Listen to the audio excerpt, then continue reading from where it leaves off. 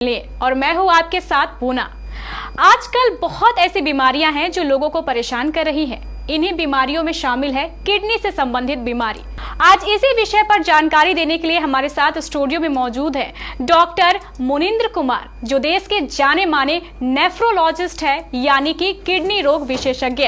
आज इनसे हम जानेंगे कि आखिर किडनी रोग क्यों होती है, इसके क्या कारण है और इससे कैसे बचा जा सकता है। आपका बहुत बहुत स्वागत है सर हमारे कार्यक्रम में। नमस्ते मोना जी।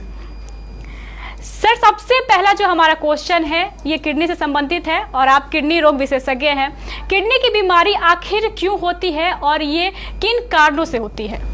बेसिकली देखा जाए तो किडनी की बीमारियां जो होती हैं वो एक तो कंजेनाइटल हो सकती हैं, मतलब जन्मजात हो सकती हैं, लेकिन जो मेनली एडल्ट्स हैं या उनमें जो किडनी डिजीजेज हैं उनके मेन जो कारण है वो है life style diseases like blood pressure, sugar, high BP और ओबेसिटी, जो आजकल मोटापा या ओबेसिटी का बहुत ज़्यादा प्रभाव है।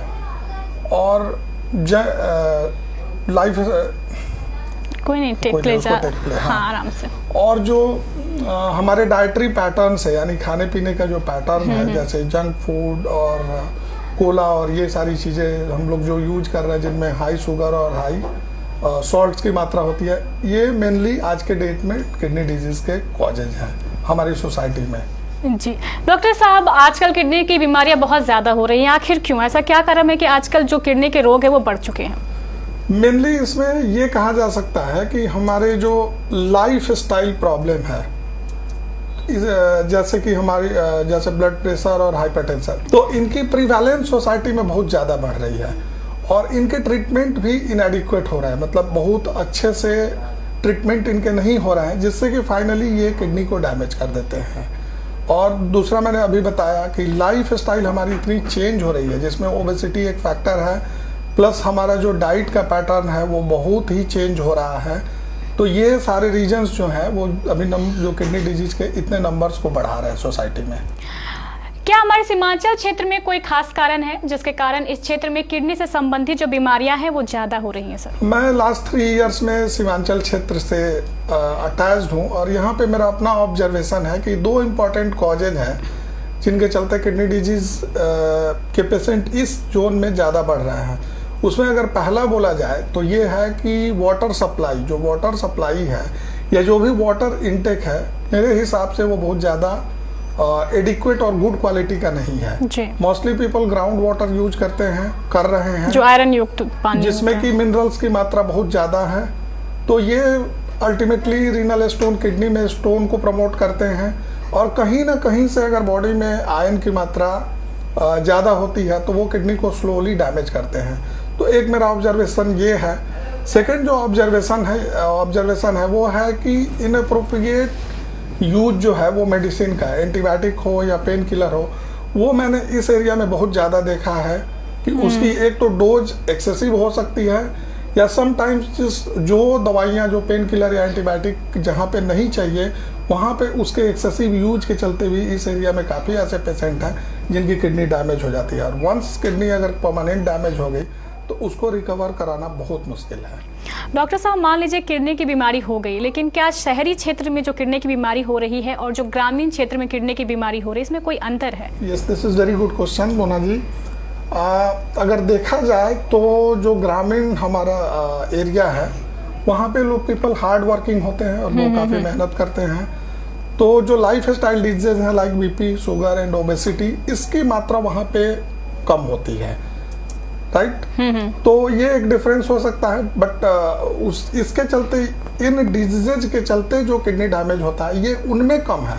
बट अगर इसके बाद हम शहरी क्षेत्र में आते हैं तो यहाँ दूसरे तरीके का लाइफ स्टाइल जो पैटर्न है, जैसे कि मैंने बताया कि एक्सेसिव कोल्ड ड्रिंक्स का इंटेक हो गया या एक्सेसिव सॉल्ट इंटेक हो गया, जैसे कि हम रेस्टोरेंट या जंक फूड को ज़्यादा यूज कर रहे हैं शहरी क्षेत्रों में, तो ये एक इम्पॉर्टेंट डिफरेंस है। और इसके साथ जो लाइफ स्टाइल है जो शहरी क्षेत्रों में, वो ज़्यादा सेडेंट्री है, ज़्यादा ऑफिस जॉब है और ज़्यादा चेयर जॉब है, जिसके चलते कि ओबेसिटी और ब्लड प्रेशर और डायबिटीज और इस तरह की बीमारियां भी शहरी क्षेत्रों में ज़्यादा होती है।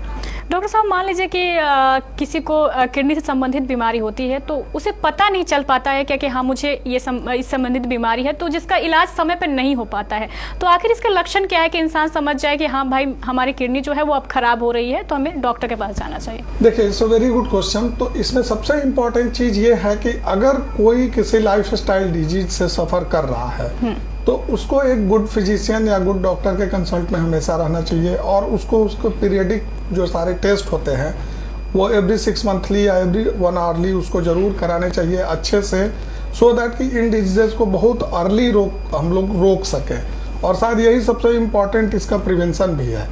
लेकिन अगर ये डिजीजेस फिर भी हो जाती हैं तो उसमें किडनी डैमेज का जो स्टेज है, या बेसिकली बोला जाए तो वो स्टेज होते हैं स्टेज 1 to 5। तो इसमें स्टेज के अकॉर्डिंग एक नेफ्रोलॉजिस्ट या कोई भी जो भी डॉक्टर होंगे या जो सेंटर होंगे वो ट्रीट करते हैं, और यहाँ भी हमारी कोशिश यही रहती है कि पेशेंट के स्टेज को आगे बढ़ने से रोका जाए। जैसे अगर पेशेंट स्टेज 1 में है तो उसको स्टेज 1 या 2 में ही रहे, वो स्टेज 5 में ना जाए, क्योंकि stage 5 is and stage kidney disease उसको बोलते हैं, जहाँ पे कि इस डिजीज के लिए अब कोई ट्रीटमेंट नहीं रह जाता एक्सेप्ट डायलिसिस या ट्रांसप्लांटेशन, जो कि जस्ट पैलिएटिव है कि लाइफ को सेव करने के लिए पैलिएटिव मेजर्स है। तो अगर डॉक्टर साहब मान लीजिए कि हमारी बॉडी पहले हिंट्स देती है कि भाई हमारी किडनी खराब हो रही है, तो हम डॉक्टर के पास जाते हैं। एग्जैक्टली। तो उसका इलाज क्या है, बेसिकली क्या इलाज दिया जाता है ऐसे डॉक्टर? इस पे ये बहुत इंपॉर्टेंट क्वेश्चन है, बहुत ही अच्छा क्वेश्चन है कि पहले तो कुछ लोग जिनको मतलब एक्साइजेबल पेशेंट है, जिनको कि कुछ लाइफ स्टाइल डिजीज होती है, कुछ अंडरलाइंग प्रॉब्लम होती है, उनको फॉलोअप में रहना चाहिए। और कुछ ऐसे भी लोग हैं जिनको कोई प्रॉब्लम नहीं होती बट सडनली किडनी डैमेज हो जाती है, उनकी बॉडी में कुछ ऐसे, उनके ब्लड में कुछ ऐसे एंटीबॉडीज या कुछ ऐसे फैक्टर्स होते हैं जो उस किडनी को डैमेज कर देते हैं। तो मेनली जो किडनी डिजीज के सिम्टम्स हैं वो ये है कि थकावट, ठीक है, शरीर में खून की कमी होना जिसको कि एनीमिया बोलते हैं, पैरों में सूजन आ सकती है, चेहरे पे सूजन आ सकती है, पेशेंट का बिहेवियर थोड़ा सा चेंज होने लगेगा। जब किडनी डिजीज आगे प्रोग्रेस होती है तो पेशाब की मात्रा भी कम होने लगती है, और धीरे धीरे शरीर कमजोर होने लगता है, मसल ब्रेकडाउन होने लगता है। तो इस कंडीशन, ये सब लक्षण है जिनको ध्यान में रखना चाहिए, और अगर आप इसमें कुछ भी अनयूजुअल दिखाई पड़ता है तो जरूर आप किडनी डिजीज से रिलेटेड टेस्ट कराइए, सिंपल टेस्ट कराइए, यूरिन का टेस्ट कराइए, किडनी फंक्शन टेस्ट कराइए, यहाँ की अर्ली से अर्ली डिजीज को डिटेक्ट किया जा सके।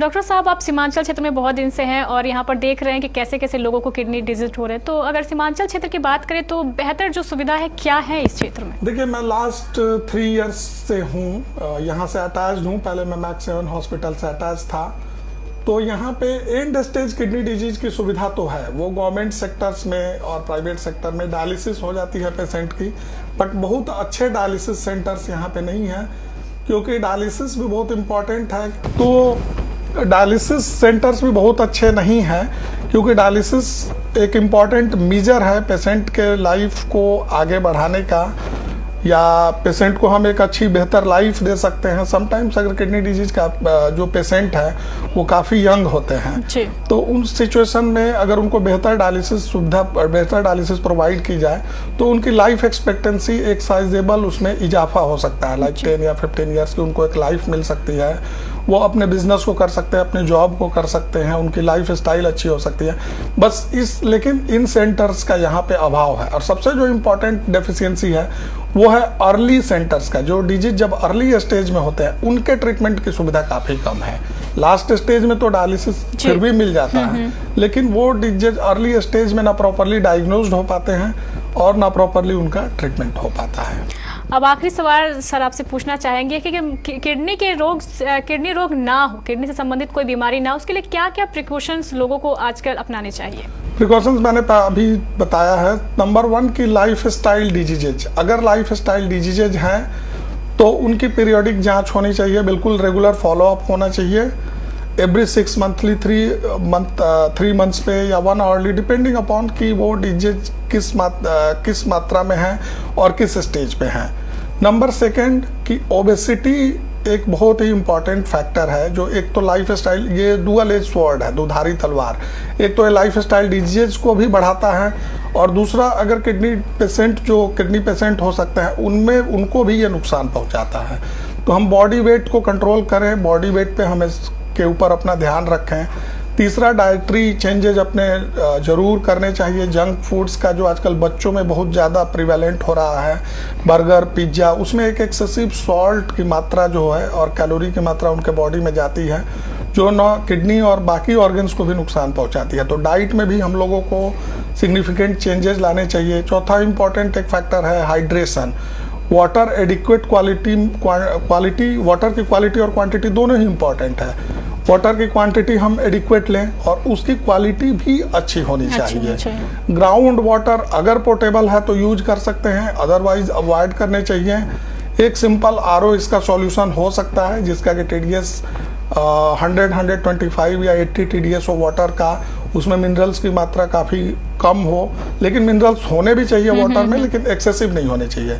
तो वाटर एक बहुत इंपॉर्टेंट चीज़ है जिस पे हम लोगों को ध्यान देना चाहिए। चौथी इंपॉर्टेंट बात जो मैंने इस जोन में ऑब्जर्व किया है कि appropriate use of antibiotic and pain killers, जो कि काफ़ी पेशेंट को के किडनी को डैमेज कर रही है और कर देती है, पता भी नहीं चलता। तो उस पर भी जब भी आपको इन दवाइयों की ज़रूरत हो तो इसका डोज और ये क्या कौन सी मेडिसिन चाहिए, वो दोनों इंपॉर्टेंट है, वो बिना फिजिशियन के कंसल्टेशन के नहीं लेने चाहिए। बहुत बहुत शुक्रिया सर हमारे दर्शकों को जानकारी देने के लिए। तो अगर आप भी बचना चाहते हैं किडनी रोग से तो जरूर इन बातों का ध्यान रखें ताकि आपकी लाइफस्टाइल बहुत अच्छी हो और आप स्वस्थ रह सके। हमारे साथ जुड़ने के लिए बहुत बहुत शुक्रिया। धन्यवाद सर।